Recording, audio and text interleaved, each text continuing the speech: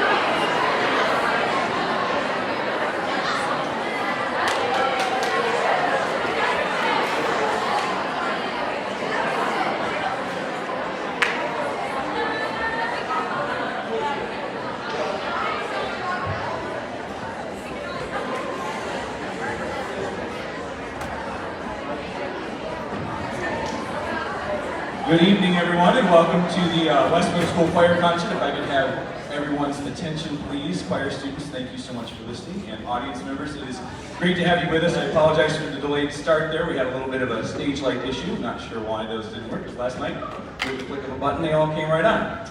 But tonight we had some adjusting to do. Somebody's been on stage since last night's concert, played with our light board.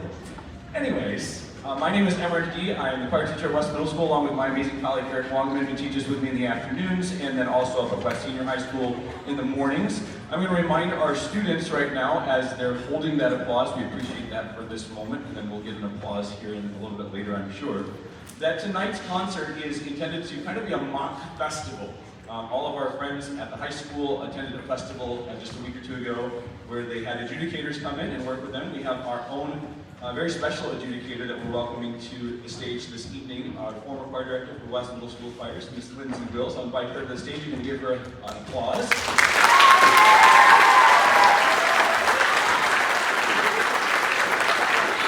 While we appreciate your enthusiasm for Mrs. Wills, as well as all of our amazing performers, we are reminding you tonight that our applause is enough. We don't need to scream and holler and whistle.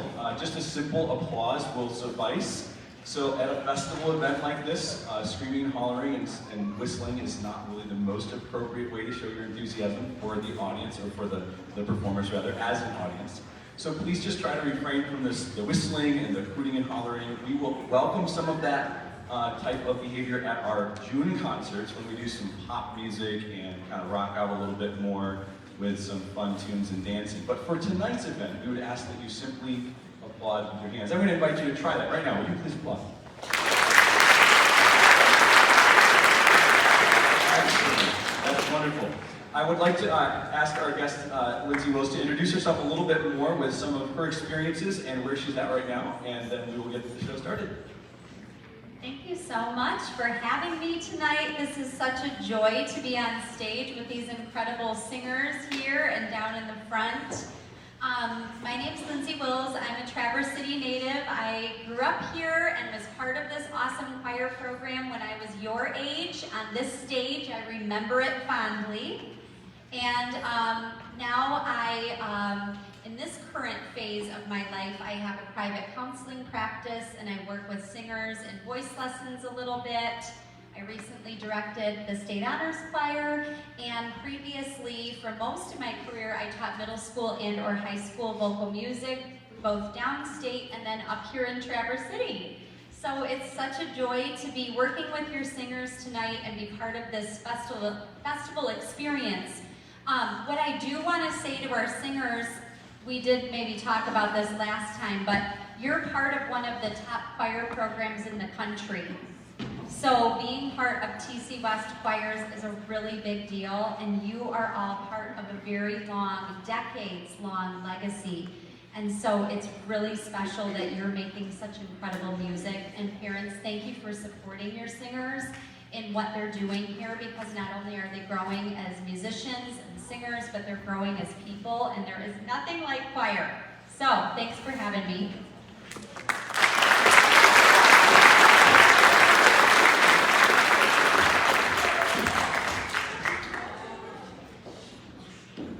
Bass choir are 7th and 8th grade students. How many of you young people are 7th graders? Raise your hand. And how many of you are 8th graders? They are going to sing two pieces for this festival experience. The first piece is Santa Lucia, and when it starts, you might recognize it, because it's one that you may hear if you were to go to an Italian restaurant and you were to hear the mandolins playing in the soundtrack, and you might recognize it. But Santa Lucia is sung from the standpoint of a sailor who is leaving his beloved city, and he is going out to sea and saying goodbye to his beloved city and his beloved, his significant other that he is leaving. And then the second song we'll sing is O Captain, and O Captain is a song of sailors out at sea. So we have a very sea-based theme here.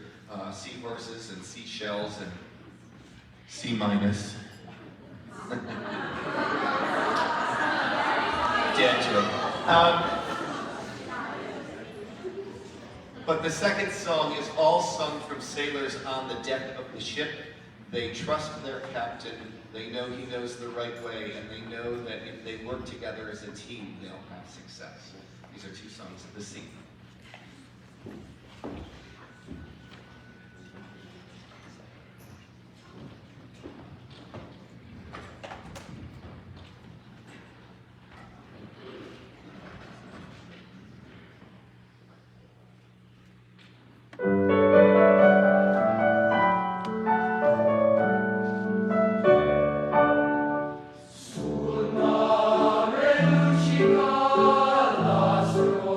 D'argento,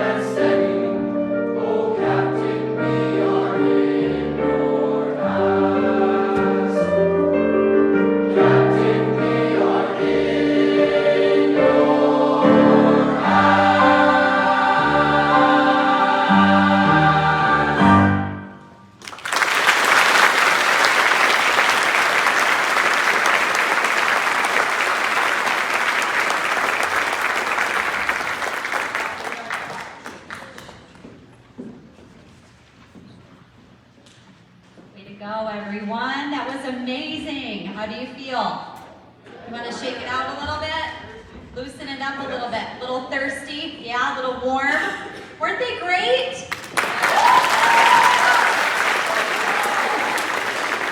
I just want to brag about them for a second. When I worked with this group a week ago, maybe two, I can't remember which, they were so malleable and willing to try new things and really rose to the occasion. And we worked some fun concepts and expression, and they were really quick to try new things out. So let's see how they do tonight. So what are you proud of yourselves for tonight? Yeah. Just how good we sing, I guess. How good we've been working, I guess. Some hard work going into this. I really like the tall vowel shapes that everyone gave out today. Tall vowel shapes make you sound more mature. That's really great. In my opinion, I really like how we sound in this, because we sounded a little bit worse in class, in my opinion, and in my opinion, we sound a lot better than we did in class. I see people nodding their heads like, yeah, we brought it. That was so great.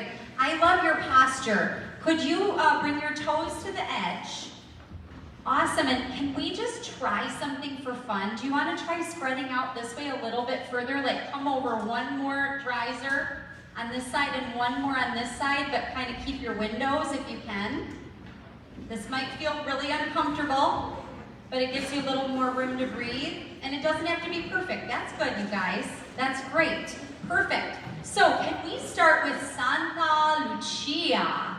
And I kind of imagine, did you ever sort of talk about where this town is or what it might look like or something like that? Patrick? The town is in Italy. Yes, and any other details that you've discussed? No, that's important. Anything else? So, do you think this would be a seaside town or not? What makes you think so?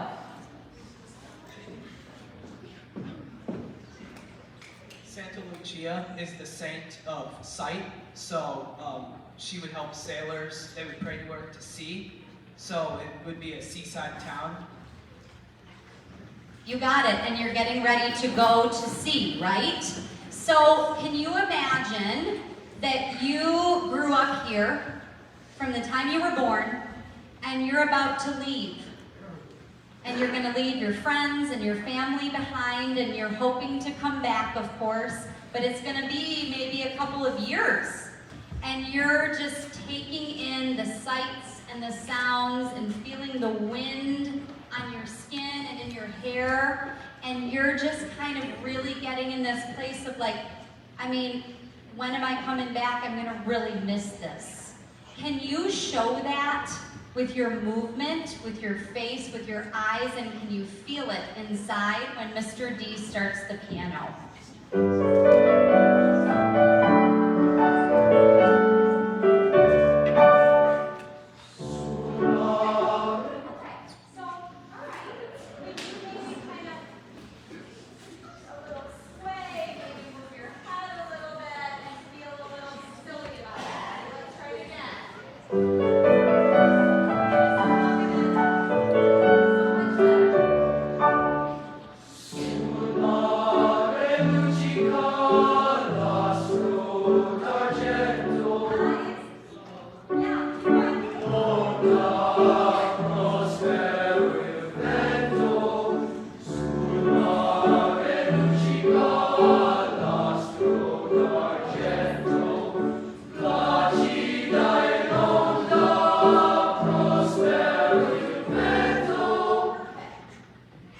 Audience, could you see a difference? Yeah! So, what I noticed before was that you were just kind of standing there like this, and then you started to sing once there were words. But the song begins always with the pianist. And then there's an interlude at the end, and there's an interlude in the middle, and you're back to that nostalgia, and you're like, oh my goodness, I'm gonna miss my mom's cooking, and all those things. And so then it all connects together. That was really nice. Let's do Oh Captain. I loved your energy here, and I love the concepts that you're bringing to this. So many good things. Love your crescendos on your half notes. Can we go from the beginning, and then when we get to the forte section, for we stand here, do you remember that? Can you all stomp with your right foot? For we stand here at the ready, okay? And change your posture. Get really nice and tall. Mr. Wongman, will you bring them in?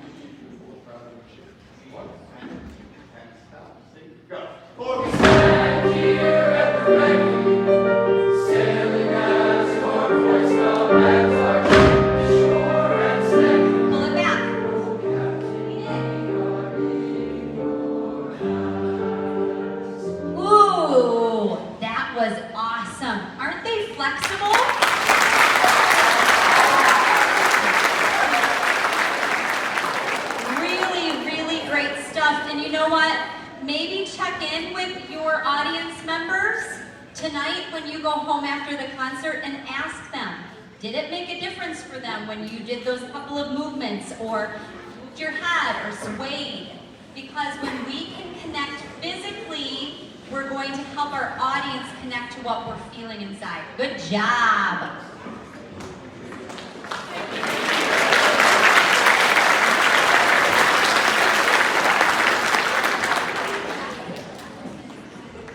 As our tenors and basses are making their way off the stage, we're going to try to do a seamless transition here. I'm going to invite our treble choir students to stand in the back row, please, back row. And Lexi, would you please lead on up the stairs there and around? Back row tenors and basses. Back row first off. Nicholas will be leading us off.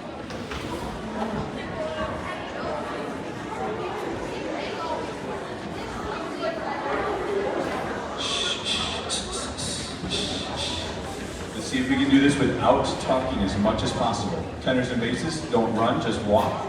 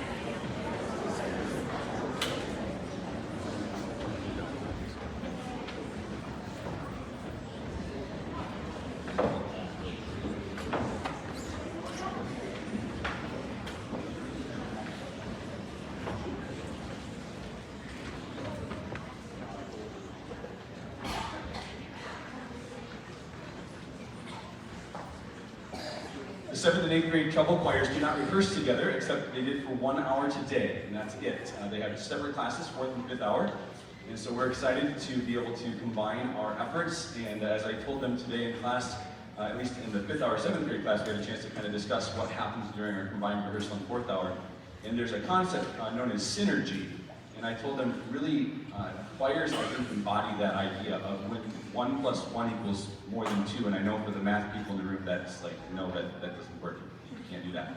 But the idea is that when you combine those two groups, they're actually more powerful than just the sum of their parts. And it's been really exciting to see just a little glimpse of what hopefully they're going to share with you tonight. We're going to be performing 2 songs. The first is an Irish song entitled Carrick Fergus. So we're going back across the pond to the European area, and then we'll come back here to an American folk song that's got a little spin on it. It's called The Mouse Madrigal, and it's a play on the original folk tune, Three Blind Mice. We hope you enjoy Carrick Fergus and The Mouse Madrigal.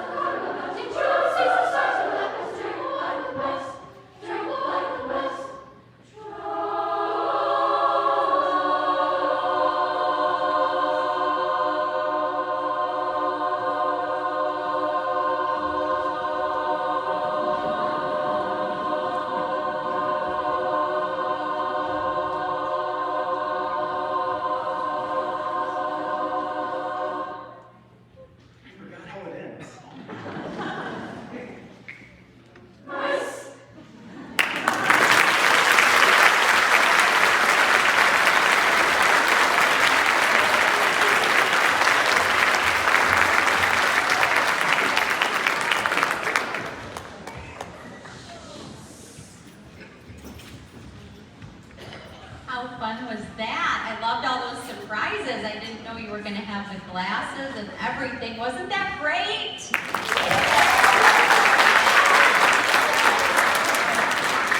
You know, I think it's really impressive that you all do not sing together every day.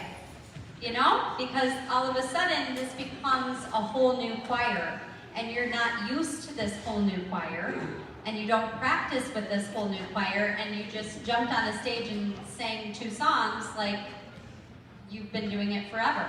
It probably didn't feel that way though, did it? It feels a little different and awkward, and my voice might not blend with the person next to me. And I think that that is it says so much about how great you are. And it's an opportunity to rise to a new occasion.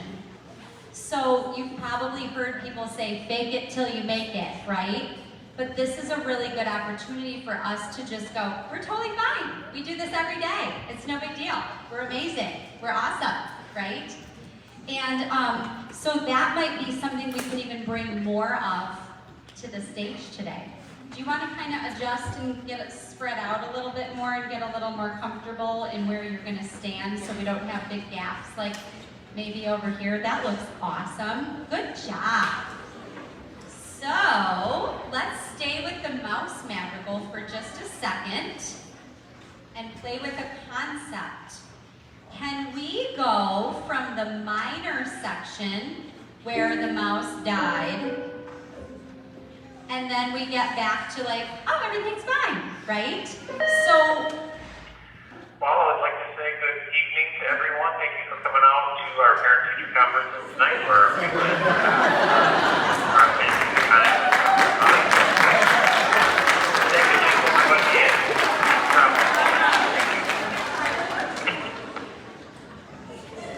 okay, that's a great opportunity for us as performers to stay in character, right? So one of the tricky things about being on the stage is no matter what happens, for us to just be like, we're good. We're not interacting with our neighbor. We're not making a comment.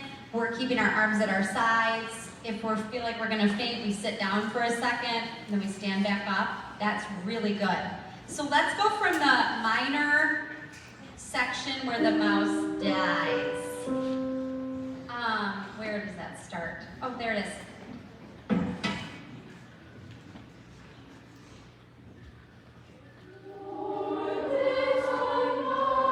Are you in prayer? Are we praying? Okay. Okay, so if you are looking at that mouse, you're probably going to be one of those people that's like, oh my gosh, it died, right? Can you move your head around and get a little dramatic about that? That looks way too safe. Let's be drama. Let's bring some drama to our heads and our movements.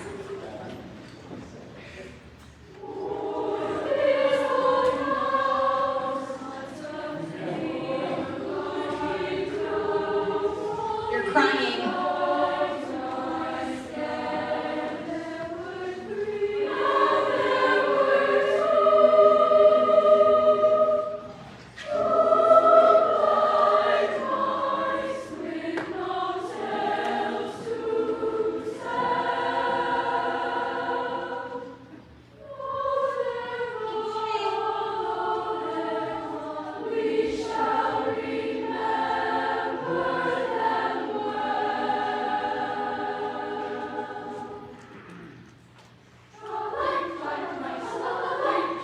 Let's stop.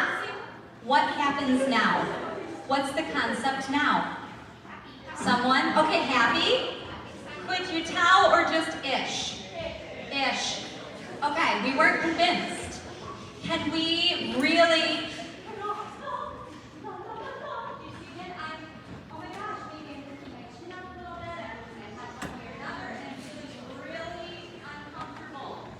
I feel like a Disney character, okay? Because if we don't, you all look like a pinprick to our audience. And if you don't become a caricature, you just look like a pinprick. I hate to tell you that. So if you go over the top to them, it just looks like, oh, okay, they're happy. But if you don't go over the top, it's like, are they even smiling? Are they even happy? Okay? So maybe we go from the prayer and the somber, and then, all right, let's try it again toward the end of that.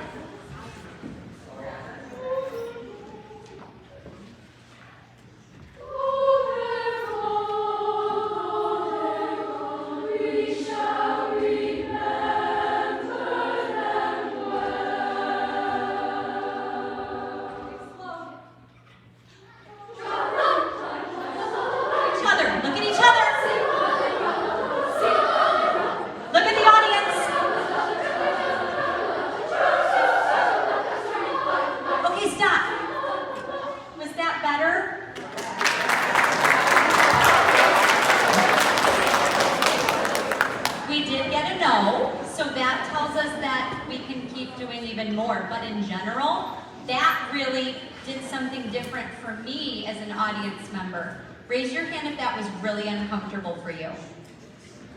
Okay, and raise your hand if it was a little bit uncomfortable, like kind of so-so. And raise your hand if that was not uncomfortable at all and you just loved it. See, there's not many of us, but we have a few. So those of you that are comfortable, we'll have you lead the class tomorrow when we work on that. Okay, let's do a little bit of Carrick Fergus.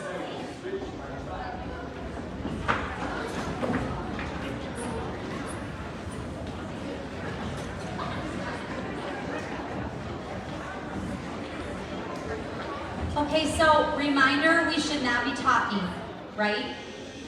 So as an adjudicator, I'm going to be going downstate and doing this for the remainder of the week after tomorrow, and when I see a choir that walks on and their arms are at their sides and they're just looking at their director and then they move and they're like, we're totally fine, we've got this, and we're saying nothing to our neighbor because everyone in the audience is watching me.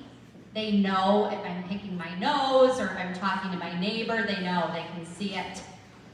Right? That's really good. Reminder to keep arms at your sides. You're probably feeling warm and tired. Can we do some Carrick Fergus?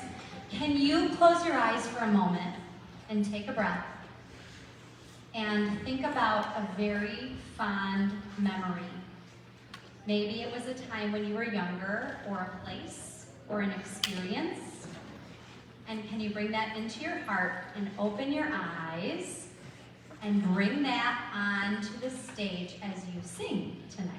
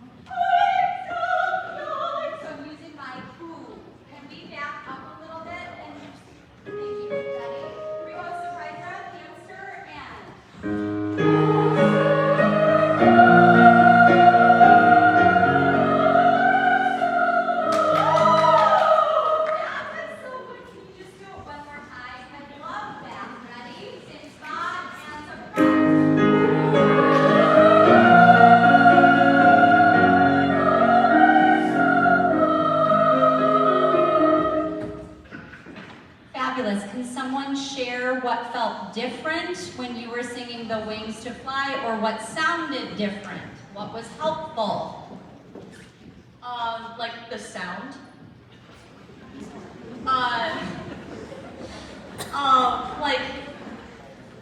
It felt like it could come like more naturally to me, like, and probably for everyone else. Perfect. So it didn't feel quite so choked, maybe? Let's hear another thing. You were able to like sing like more freely instead of like having to like strain your voice in a way. Singing freely, and so the way that we can do that when we're singing way up high is by taking a surprise breath. Let's get maybe one more comment. This is great. It was a lot less shrill than it was more clear, more defined, so that made it a lot easier to pronounce wings instead of kind of screaming it, so that helped a lot.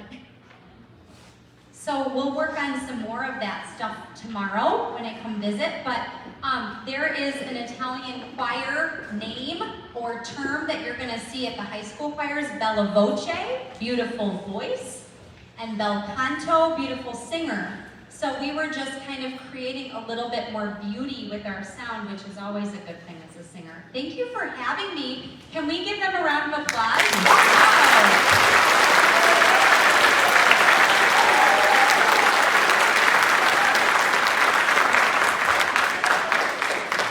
Before I ask our treble choir students to head back to their seats, I want to just make a couple of announcements before we are done tonight. We're going to demonstrate one more skill, and that is a skill called, now, I know normally in the room,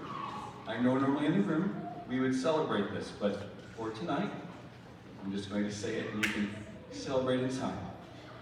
We're going to sight read. They just freaked out inside because normally in the classroom, whenever I say the word sight read or sight reading, they are supposed to celebrate as if I just told them we were going to have like a fun day, just like free day, because sight reading is one of the most foundational skills that we have to have in order to sing this kind of music at this level. And so music literacy is another term that we use in the classroom to refer to learning how to read music, and so that's what they're going to demonstrate for you. I'm going to turn on the projector and pull the screen down, so they're going to have to come down into the seats, and then all of our tenors and basses will stand, and we're going to sight read a 4-part example. We'll start out with just a unison line, and then a 2-part exercise, and then 4-part singing, so you can see the music literacy skills that the students are developing that are enabling them to do what they just did on stage by singing such sophisticated music. So, as the treble choir students head back to the seats, I'm going to ask you to do so as quietly as possible. Try not to rush, just take your time. Lexi, back row, watch your step as you come down these stairs, please. Use the railings. And then audience members, if you can't see when they stand, you are welcome to stand as well. You've been sitting for a long time, so we'll invite you to stand if you'd like to and stretch those legs.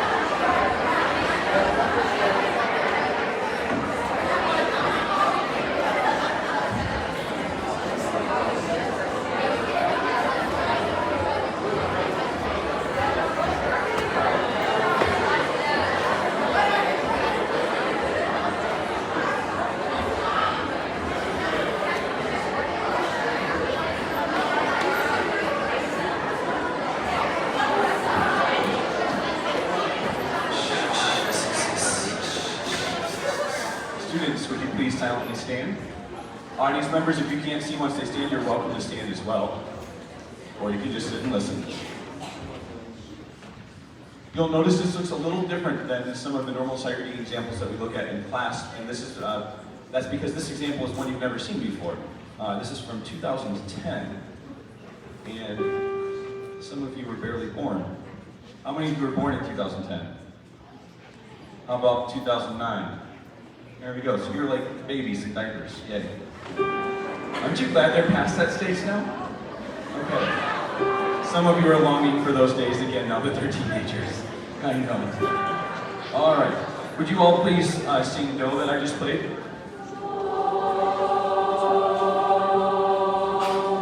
Excellent. Would you sing a tonic pattern, please?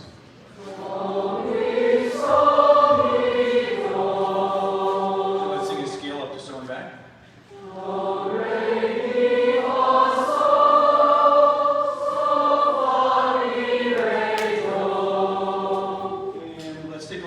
And see how low this first line goes, although we're not doing solfeggio yet, we'll just do the rhythm first. If the first note is Do, then take a look at the line and see what the lowest note is, and sing down to that lowest note and stop, please. Ready? Starting on Do. Tenors, you can do it up the octave if you want to. Do. Ready?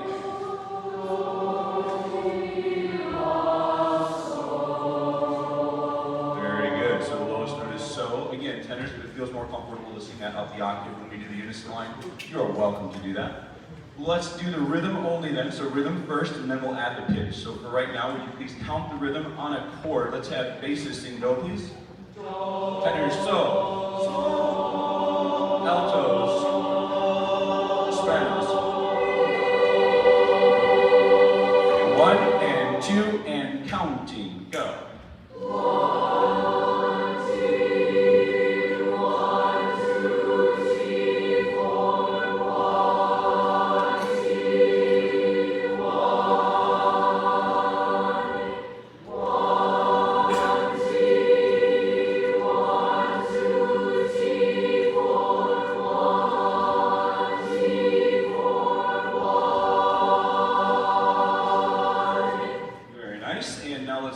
Pitch as well, please. So starting on Do, and sing that in your heads, please. 1 and 2 in your head silently. Go. And signs, please. Keep going. This is called audiating, audience. So they're hearing those pitches in their head. Really great skill for them to develop, that ear training.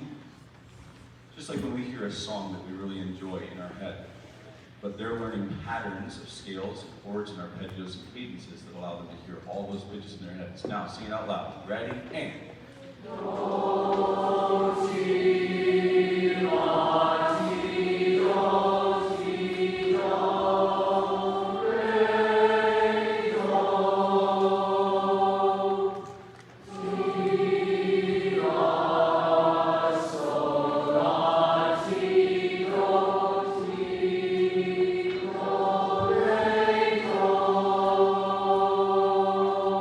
So lest you think they've actually done this before, you can hear some of the little mistakes. The cool thing is that they're able to get right back on track. And most of you are strong enough to lead the rest of the group back onto the right notes. And then as we're able to use those skills in a song, when they see something in a song, they go, oops, nope, that wasn't right. They can fix it very quickly instead of having to always guess or hear it by ear, repeatedly played on the piano or sung by somebody else.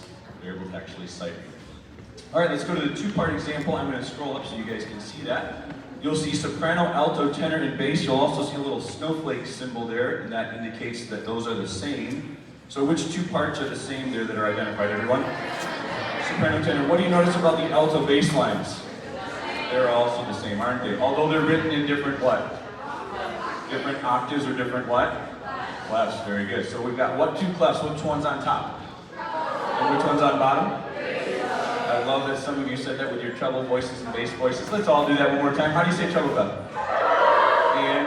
There we go. Awesome. Would you sing the starting note for your part, please? If you are a bass or alto, go ahead and sing your starting note. And soprano, tenors. Let's hear just those tenors. Ready? Tenors. Yeah, we can't sing it down there in that range. So sopranos and tenors one more time. Me. Beautiful. And altos and basses. Good. Before we go to singing the pitches, would you just sing the rhythm only using those two pitches? So sing do or mi, but sing it on the word one. Ready? Wah and. Wah. Excellent. 1 and 2 and rhythm only. Go. 1, 2, 3, 1, 2, 3, 4, 1, 2, 1, 1, 2, 3, 1, 2, 3, 4, 1, 3, 4, 1. Bravo, very nice. All right, now solfege, please, hand signs. And starting on your solfege, sing your first note.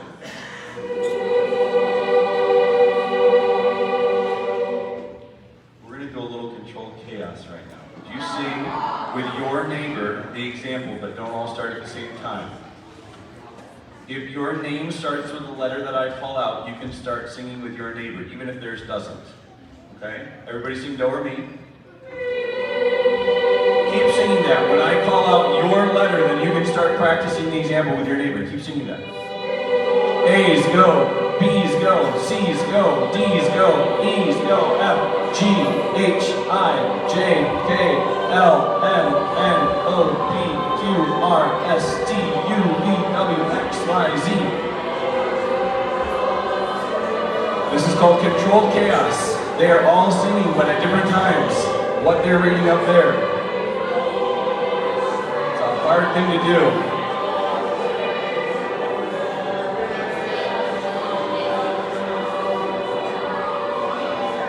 Keep going, a little more practice. Finish the line and do it again one more time.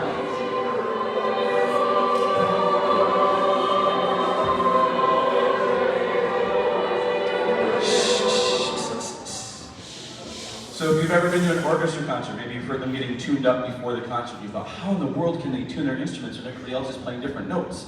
They just learn to do it. They learn to hear their part, ignore the other voices, and focus on their part. It's a great way for them to develop a sense of independence in their own voice with maybe a partner or two. And then when we sing music that has those difficult harmonies that clash, they're ready to hold on to their notes. So now, let's sing it in unison, well, in two parts, but at the same time. Here we go. Starting notes, sing them please. 1 and 2, breathe low and go.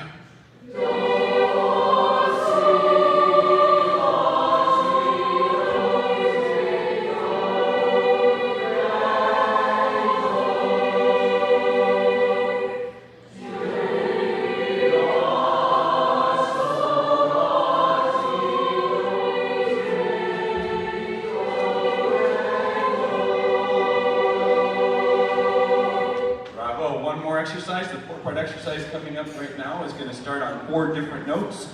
When you see your notes, go ahead and sing them with a partner or two.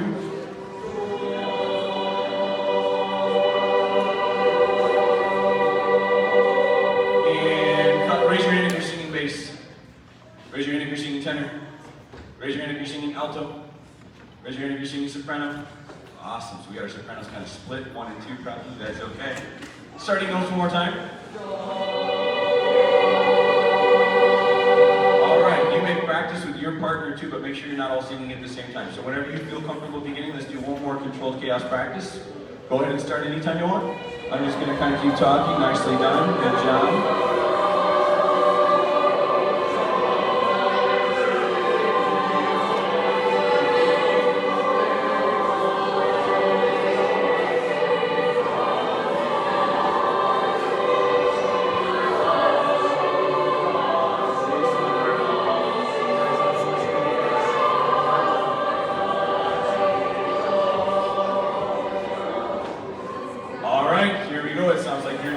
Starting notes, please. When we are sight reading, which one is better? What versus what? What's the better thing to do? There we go. Now say it together. Loud. And so which one's the better one? Loud and wrong. What's worse? So don't sing the right thing quietly when we're sight reading. We'd rather be wrong and sing it loudly than do the right thing quietly, because we're sight reading. We've never sung this before. So if we make mistakes, let's make them big. And then as we learn songs, we're able to stop and fix those things. But sight reading is a skill that we don't want to try to stop and hesitate on. We just want to go for it and be confident. All right, here we go, starting notes. Now sing that half as loud and twice as beautiful. Ready, and go. And now 3/4 volume, but still as beautiful. And. Now just a little louder. Yes, maintain that beauty. Always beautiful tone quality. 1 and 2 and ready, sing.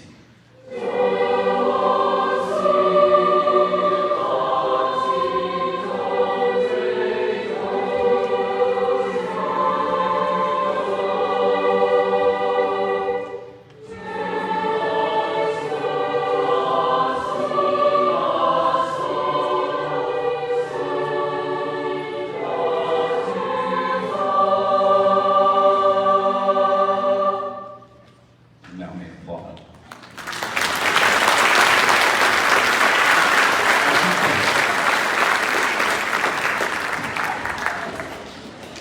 That was so impressive. Wow. I love the engagement of you pulsing the beat, whether you're, using your hand signs or something like that, keeping the beat in your body, even if you struggle to get the solfege syllables. I noticed some of us not totally being sure. Whoa, I love it. So anyway, staying engaged. If you're struggling to get your do, re, mi's, but you can figure out your landing pitch or your starting pitch and keep coming back to that, if that's all you can do, that's great. And you keep pulsing the beat. So if you're just getting do, I don't know the rest of the notes. Do, do, do, do. Do you know what I'm saying? Because some of us, that's where we're at. And some of us are rocking everything else, and that's wonderful too. I'm really proud of you and your confidence that you brought to that exercise and that you're willing to make big mistakes. That's really, really important. I love what's happening in this choir program, and please make sure that you thank Mr. D and Mr. Wangaman, because they are giving all of them.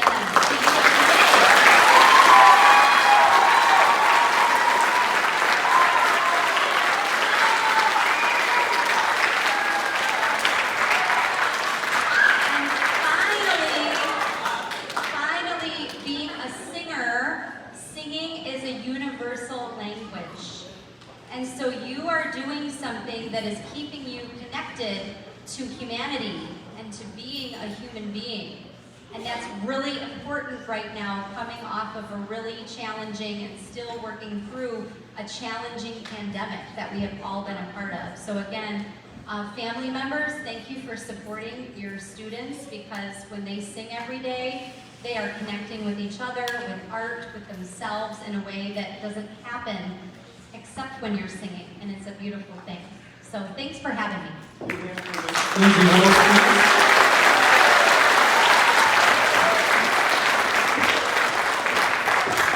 One of the really great things about the way that we're doing this is that we have not just had this evening with an adjudicator clinician, incredible guest with Lindsay Wills, but she's been in the classroom with us for a day already, and she's coming back tomorrow for another day. And when the students go to festival, the extent of what they get is about what you just experienced, and that's it.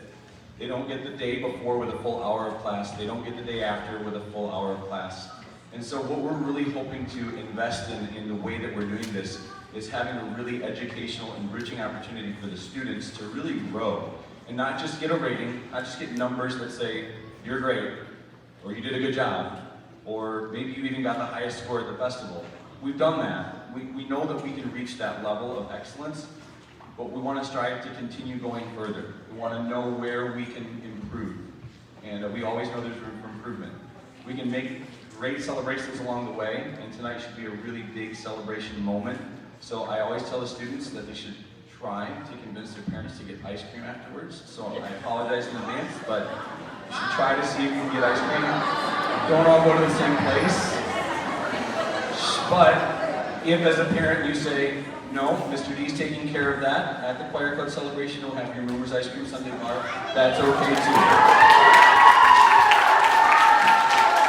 So, really, really important, before I let you go, please make sure that Saturday, April 23rd is on your calendars, because we've got 12 hours of fun planned. It's going to be a ton of fun. But more than the fun, honestly more than the fun, and I know the students probably won't come away with it thinking that it was more than fun, because they're just going to think it was a ton of fun. Shh, hang on guys. The students that have come through the program, like Sarah Cook, who is now a sophomore at Olivet College pursuing music education. She was Lindsay's student for a couple of years in 6th and 7th grade. I had her in 8th grade. She had Mr. Wongman in high school. Shh. And she spent the day with us today just observing, because she's going to become a choir teacher. And she was inspired by those moments at things like the choir club celebration that she came back to as a high schooler to serve, to stand in the line when you get your food and give you your food, or to hang out and make sure that everybody's okay. Those are the kinds of character traits that they're learning at the event called the Choir Club Celebration. So we really do celebrate the character that we're developing, the teamwork skills, the leadership skills. Choir is about so much more than just singing songs.